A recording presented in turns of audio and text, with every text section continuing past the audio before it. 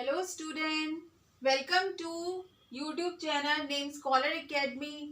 So now I am continuing this chapter, class 12, chapter number 2, economics, the theory of consumer behavior. So I was on the budget line. So let us continue this chapter once again. Budget line.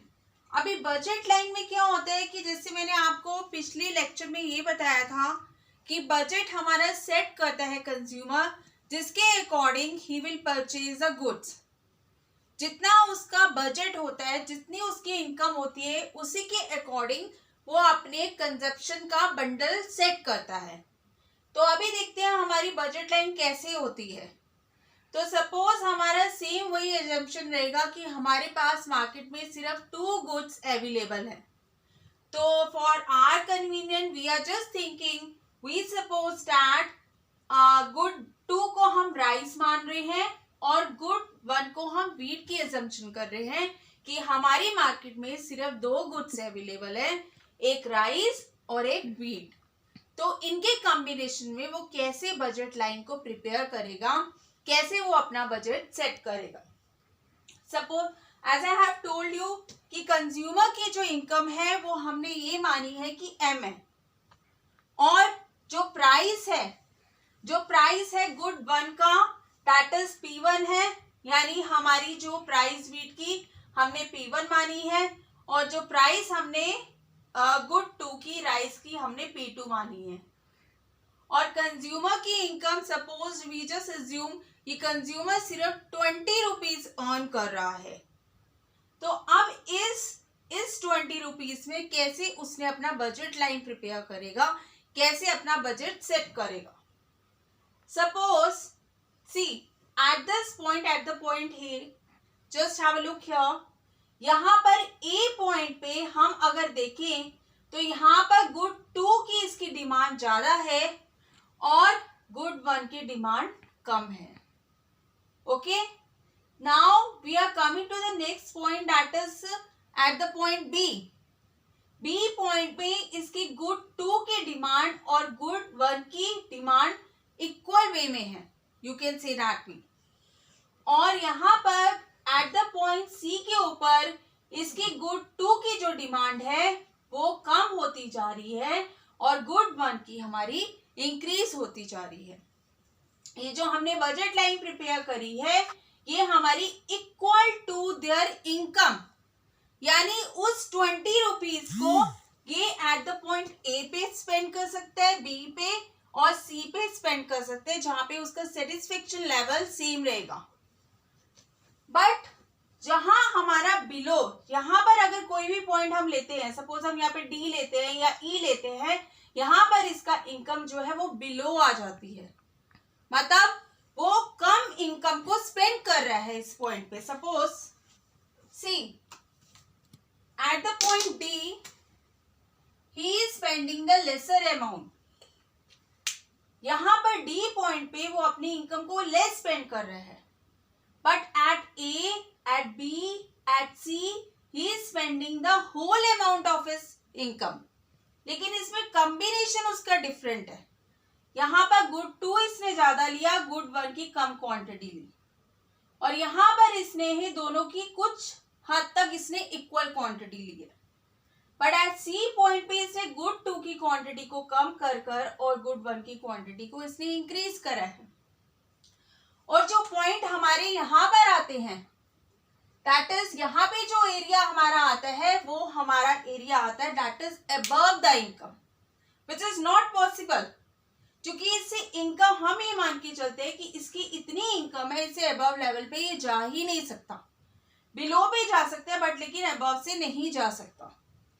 Okay, तो इस situation में हमारी equation क्या बनती है, P1 x1 plus P2 x2 that is greater than, not greater but that is equal to और less than M, यानी हमारी इनकम से या तो वो बिलो होगा या तो इसके इक्वल होगा. यहाँ पर कई बार हमारा कंसेप्ट देखने को मिलता है जैसे परफेक्टली डिविजिबल गुड आते हैं. यहाँ पर एक लाइन आएगी that is perfectly divisible good, उसका मतलब क्या होता है कि हमने जो गुड्स है इस तरह से लेना है जो कि हम उसे डिवाइड कर सके। सपोज हम जैसे यहाँ पे वीट और राइस का एग्जांपल ले रहे हैं, तो हम ये बोलते हैं कि 1 kg वीट है, 1 kg राइस है। हम ये एक जैसे हमने ऑरेंज लिया, सपोज हम ये नहीं बोल सकते कि हाफ हम ऑरेंज की क्वांटिटी को ले सकते हैं या हम हाफ 1/4 बनाना ले सकते हैं। We can't take like that. तो जो हमारा गुड होना चाहिए वो इस तरह का होना चाहिए जिसकी हम क्वांटिटी को हम मेजर कर सके।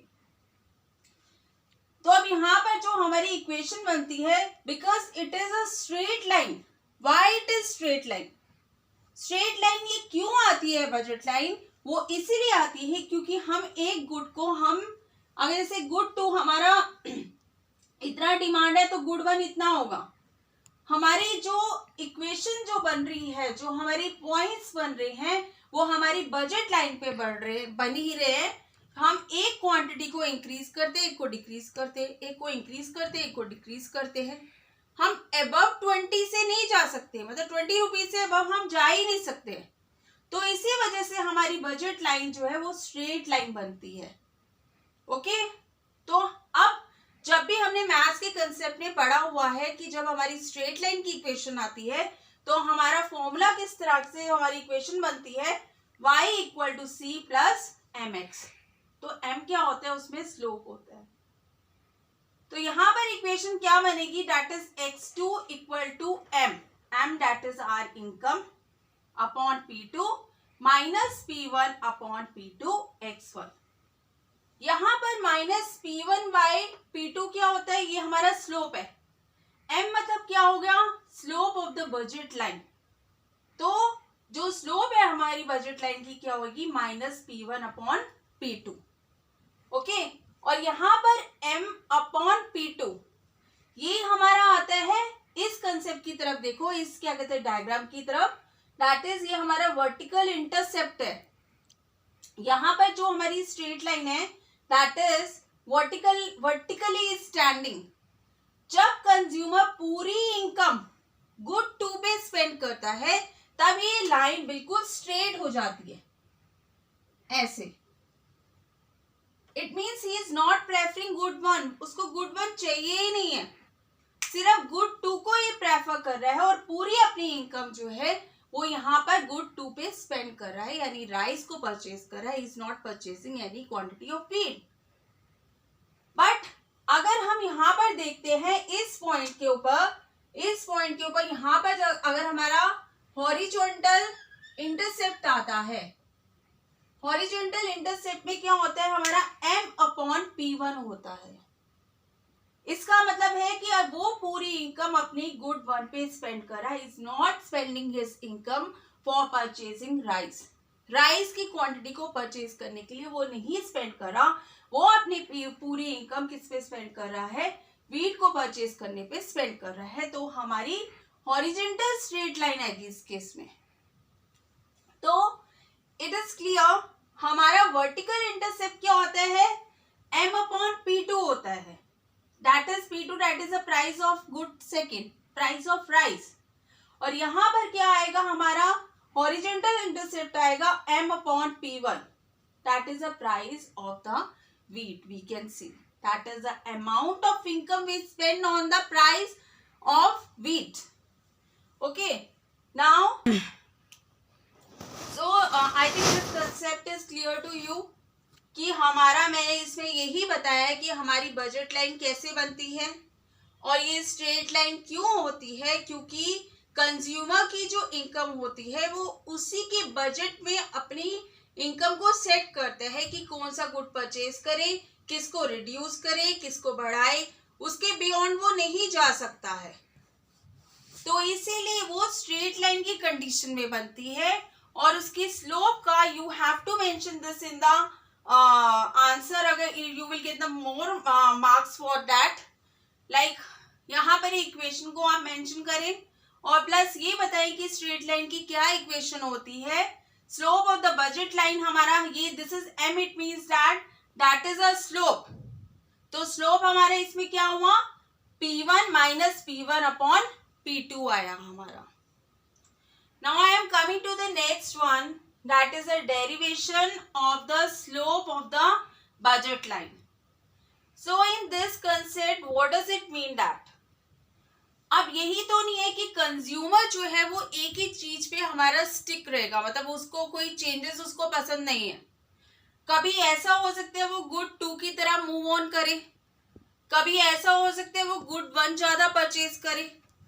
अगर किसी घर में सपोज 10 kg अगर राइस आ रही है, तो ये जरूरी थोड़े कि एवरी मंथ ही will purchase 10 kg of rice. He can switch off to the other quantity also. So he can, you can say that means अगर वो 10 quantity, suppose I am giving you example here, just have a look. अगर किसी consumer के घर में suppose 10 kg rice आ रही है और 5 kg वीट को परचेज कर रहा है एवरी मंथ, बट लेकिन नेक्स्ट मंथ में उसने 8 kg राइस को परचेज करा और 7 kg वीट को परचेज करा. सो इस कंडीशन में क्या होगा? बजट लाइन क्या वैसे सेम रहेगी? No, it will change. As I have told you, when the consumer is switched from one good to other, जब कंज्यूमर एक गुड से दूसरे गुड की तरफ स्विच ऑन होता है तब उसमें चेंजेस आते हैं. और उस चेंजेस को हमें डिनोट करने के लिए हम क्या यूज करते हैं? हम यूज करते हैं डेल्टा. डेल्टा मतलब क्या होता है? That is a Greek word. इसका मतलब ये होता है कि इसमें चेंजेस, उसमें चेंजेस आना. कंज्यूमर के टेस्ट में, कंज्यूमर के प्रेफरेंस में जब चेंजेस आते हैं तो हम उसे डेल्टा से डिनोट करते हैं. सो इसी में यही बताया है कि derivation of the slope of the budget line में यही बताया है कि कैसे कंज्यूमर स्विच ऑन हो रहा है one goods to another good. See यहां पर हम पॉइंट देखें, x1 और x2 का पॉइंट है. यहां पर कंज्यूमर ने बंडल जो प्रेफर करा था वो x1 और x2 का प्रेफर करा था, but due to some reason, whatever you can say, that means there is some change in their preference. उसके प्रेफरेंस में, उसमें टेस्ट में कुछ चेंजेस आए. तो चेंजेस सिर्फ एक क्वांटिटी के अंदर नहीं आएंगे. यानी कंज्यूमर का अगर इनकम फिक्स है तो वो क्या करेगा? गुड 2 से मूव ऑन होकर गुड 1 की तरफ भी जा सकता है, या गुड 1 की क्वांटिटी को कम करके गुड 2 की तरफ भी जा सकता है. तो अभी हम चेंजेस को कैसे शो ऑफ करेंगे? That is x1 plus change of x1.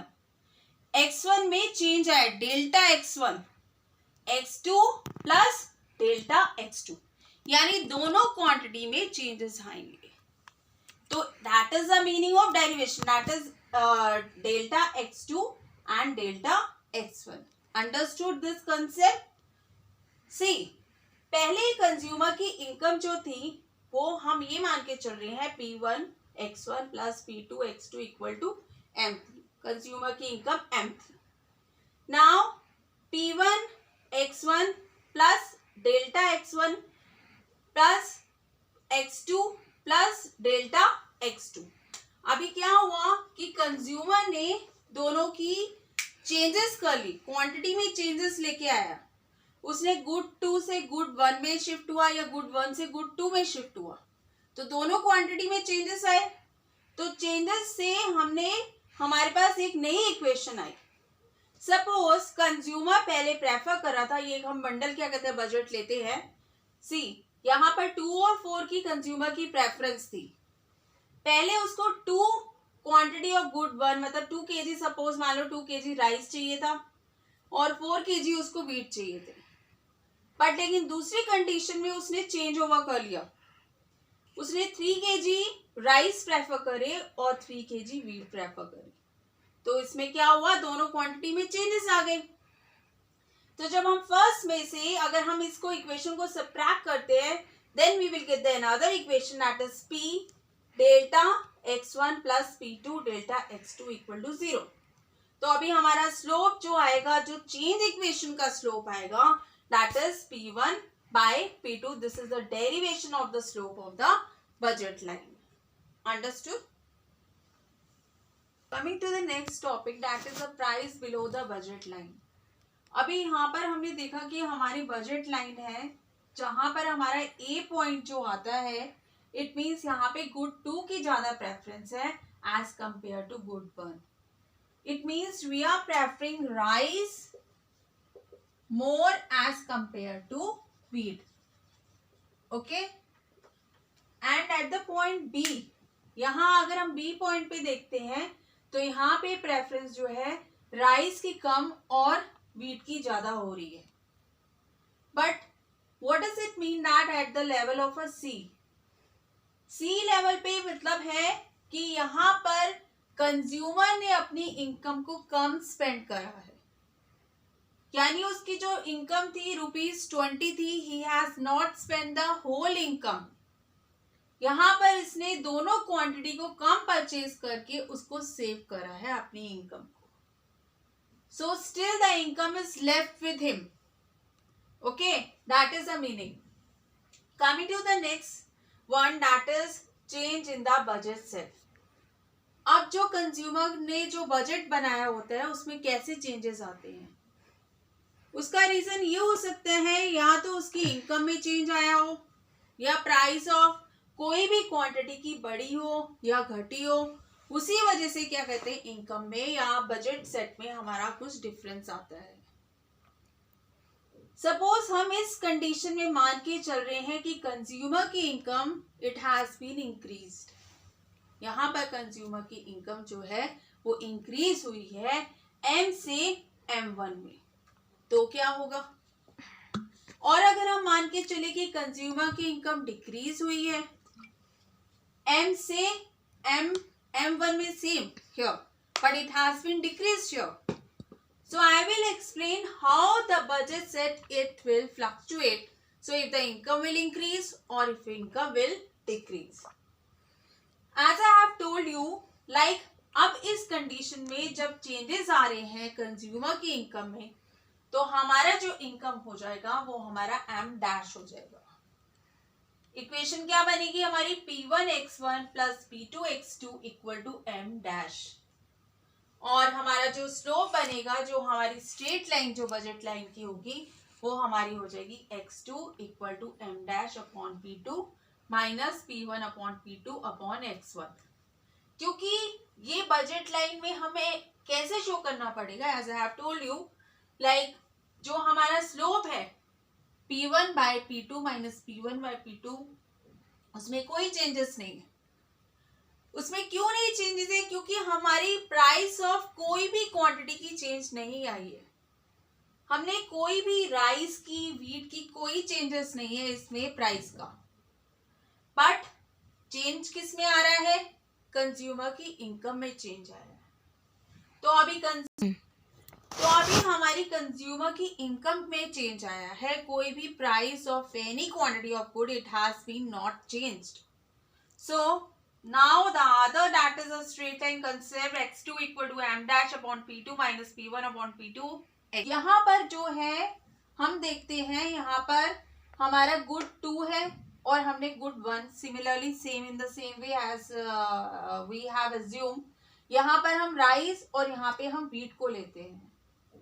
Suppose इसकी इनकम इंक्रीज हो रही है, पहले हमारी बजट लाइन ये थी, दिस वन, पहले हमारी बजट लाइन ये थी। अब ऑब्वियसली अगर कंज्यूमर की इनकम इंक्रीज होएगी तो he will demand more, he will set a new budget. अब न्यू बजट को वो सेट करेगा, जो क्वांटिटी ऑफ गुड्स है वो उसकी ज्यादा डिमांड करेगा, तो इससे बजट हमारा बजट लाइन क्या होगी, that is upward, it will go upward, वो ऊपर की तरफ चली जाएगी ऐसे। Okay, so it will be coming in this way.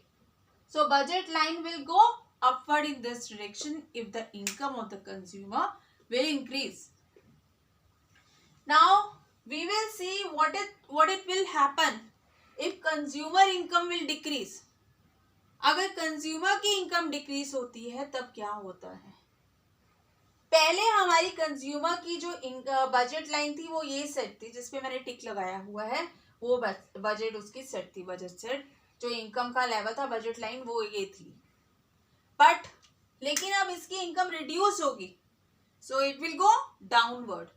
तो अभी न्यू बजट लाइन इसकी क्या बनेगी, जो बजट सेट बनेगा वो हमारा ये बनेगा, that is this one, this is a new one, it will come this, it will go downward. तो बजट सेट इसका जो है वो नीचे की तरफ आ जाएगा कंज्यूमर की इनकम फ्लक्चुएट करने से। तो इस कंडीशन में क्या होता है, हमारी जो वर्टिकल इंटरसेप्ट है, वर्टिकल इंटरसेप्ट कौन सा है, देखो यहां पर मैंने आपको बताया था कि m/p2 जो होता है ये हमारा वर्टिकल इंटरसेप्ट होता है, और m/p1 जो होता है हमारा हॉरिजॉन्टल इंटरसेप्ट होता है। तो जो हमारा वर्टिकल इंटरसेप्ट अगर हमारी कंज्यूमर की इनकम इंक्रीज करती है तो ये इंक्रीज हो जाता है। ऑब्वियसली जब इनकम इंक्रीज होगी, प्राइस का लेवल कुछ चेंजेस नहीं है, तो ये ज्यादा आएगा। सपोज पहले हमारी इनकम थी, समझ लो 20 थी, और प्राइस हमारी गुड की थी 5 थी, तो वर्टिकल इंटरसेप्ट में कितना आया, 20/5 अगर हम कहेंगे तो हमारा आ जाएगा दैट इज 4। अभी इनकम इंक्रीज हुई 30/5 करेंगे तो इट विल कम 6, तो 6 आएगा। तो वर्टिकल इंटरसेप्ट इस केस में हमारा इंक्रीज हो जाता है। बट लेकिन अगर हमारी इनकम जो है कंज्यूमर की रिड्यूस हो जाती है तो उस कंडीशन में वर्टिकल इंटरसेप्ट हमारा डिक्रीज हो जाता है। सपोज ऐसे मैंने आपको बताया कि पहले जो कंज्यूमर की इनकम 20 थी, अपॉन 5 अगर हम करेंगे तो यू विल गेट 4। अब जैसे इनकम उसकी रिड्यूस होगी, 20 से 10 पर आ गई, तो 10/5 करोगे तो 2 आ जाएगा, तो वर्टिकल इंटरसेप्ट हमारा रिड्यूस हो जाएगा। और सिर्फ you have to remember this thing, जब हमारी कंज्यूमर की इनकम बढ़ती है तब हमारा जो है बजट लाइन वो क्या होता है, अपवर्ड डायरेक्शन की तरफ जाता है, और जब कंज्यूमर की इनकम रिड्यूस होती है तब हमारी बजट लाइन डाउनवर्ड की तरफ आता है। Clear this concept? अभी हमने क्या कहते हैं ये पढ़ा कि कंज्यूमर की इनकम बढ़ने या घटने से कैसे चेंजेस आते हैं, हमारी क्वांटिटी जो हमने परचेज करनी है उसमें किस तरह के चेंजेस आते हैं, हमारा बजट से कैसे हमारा जो है डिस्टर्ब हो जाते हैं due to you can say that is increase और decrease of the consumer income. But लेकिन अभी हम इसमें ये पढ़ रहे हैं कि ये तो हमने कंज्यूमर के इनकम का कंसेप्ट देखा, और अब हम इसमें ये देखते हैं कि अगर कंज्यूमर की इनकम सेम रहती है, दैट्स रिमेन सेम, उसमें कोई चेंजेस नहीं है, बट लेकिन अगर हमारी प्राइस किसी भी गुड की इंक्रीज होती है या डिक्रीज होती है तब हमारी बजट लाइन में किस तरह के चेंजेस आते हैं। सपोज हम ये मान के चलते हैं कि हमारी जो प्राइस है गुड 1 की, यानी जो हमारी वीट की जो प्राइस है, सपोज ये इंक्रीज हो रही है या डिक्रीज हो रही है, तब उस कंडीशन में कैसे हमारे बजट लाइन में चेंजेस आते हैं। अब हम एक इक्वेशन देखते हैं, that is P1x1 plus P2x2 is equal to और greater than that is M। या तो वो M के इक्वल रहेगा या हमारी जो इनकम है या हमने उतनी ही स्पेंड कर सकते हैं, और we can spend below than that. तो अभी हमारे जो प्राइस के अंदर चेंजेस आए, दैट इज P1 में चेंजेस कितना आया, P डैश डैश मान रहे हैं हम कि उसके प्राइस जो है वो इंक्रीज हुआ या डिक्रीज हुआ। I will tell you, I will explain you properly. तो हमारे इस केस में जो इक्वेशन बनेगी x2 इक्वल टू m/p2, क्योंकि इनकम में कोई चेंजेस नहीं है, माइनस जो स्लोप आएगा P1 dash upon P2 x1, यानी इसमें हमारे स्लोप में चेंजेस आए। जब हमने पहले कंज्यूमर की इनकम का पढ़ा था तब हमारे स्लोप में कोई चेंजेस नहीं थे, बट लेकिन अगर हम प्राइस के अंदर चेंजेस लेके आते हैं तो ऑब्वियसली तो हमारे स्लोप में चेंजेस आते हैं। पहले हमारे वर्टिकल इंटरसेप्ट में चेंजेस थे, अभी हमारे क्या है, स्लोप में चेंजेस है। Remember that. अब क्या होता है कि अगर हमारी जो है प्राइस इंक्रीज करती है, सपोज वीट पहले थे हमारे, समझ लो कि 1 kg की अगर उसकी वैल्यू थी 100 रुपीज, बट अभी 100 रुपीज से होके 1 kg की वैल्यू होगी है 120। तो अभी कंज्यूमर क्या करेगा, कंज्यूमर की इनकम तो उतनी ही है, अब कंज्यूमर क्या करेगा, उसकी क्वांटिटी को रिड्यूस कर देगा। ओके, जब क्वांटिटी उसकी रिड्यूस हो गई तो it will shift over this budget line, it will shift over.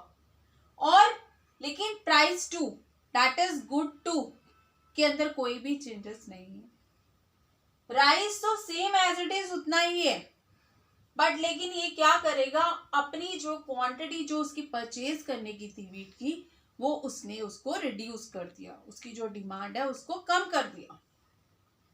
And इसकी जो राइस की है वो तो that's remain same, only has reduced this one. तो इस कंडीशन में क्या हो जाएगा, हमारी जो बजट लाइन हो जाएगी वो शिफ्ट हो जाएगी, it will become more steeper. जैसे ही किसी क्वांटिटी, किसी क्या कहते हैं प्राइस की इंक्रीज होता है तो या डिक्रीज होता है तो हमारा बजट लाइन को वो इफेक्ट करता है, हम उतनी ही डिमांड करते हैं जितना हमारा इनकम का सोर्स होता है। तो अभी अगर हमारी इनकम, सपोज हमने यहाँ पर देखेंगे कि हमारी बजट लाइन थी यहाँ पर M/P2 M/P1 थी, पहले हमारी बजट लाइन ये थी जिसपे मैंने टिक लगाया, बट उसके बाद हमारी बजट लाइन शिफ्ट हो गई, मतलब वो स्टीपर होगी, वो हमारा ऑब्वियसली हम कम डिमांड करेंगे ना, जब अगर ज्यादा प्राइस हो जाएगी तो हम कम डिमांड करेंगे, so it will come inside, it will become more steeper. तो हमारी बजट लाइन अंदर स्टीप आउट हो जाएगी, तो हमारा हमारी जो नई बजट लाइन बनेगी वो M/P2 M/P1 बनेगी डैश, मतलब इतनी हमने, अब इतनी क्वांटिटी वीट की हमने रिड्यूस कर दी। अगर हम दूसरी कंडीशन में देखते हैं, यहाँ पर क्या होता है कि अगर सपोज वीट जो होती है हमारी, उसकी प्राइस रिड्यूस हो जाती है, गवर्नमेंट ने सब्सिडी दी या कुछ भी दी, व्हाटएवर इज द रीजन, कि अब उसकी जो है वो प्राइस होगी कम, तो ऑब्वियसली हम उसकी डिमांड ज्यादा करेंगे।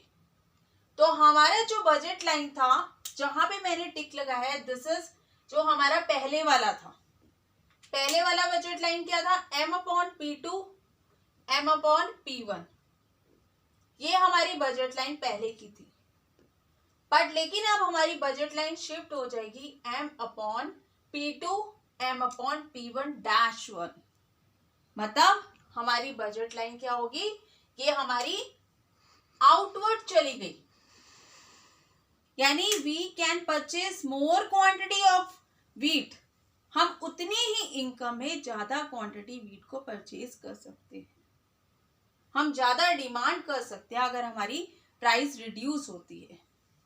तो ये था। अगर सिमिलरली अगर हम कुछ दूसरी कंडीशन में देखेंगे, यही अगर हम देखते हैं कि हमारी गुड टू में अगर चेंजेस आते हैं या राइस के अंदर चेंजेस आते हैं, तो फिर कैसे होगा, वही सेम प्रोसीजर रहेगा, सेम ऐसी कंडीशन रहेगी, इसमें भी क्या कहते हैं प्राइस के इंक्रीज और डिक्रीज होने से ही सेम इफेक्ट रहेगा, अगर हमारा जो है बजट लाइन ऐसे सेम ओवर शिफ्ट होएगी।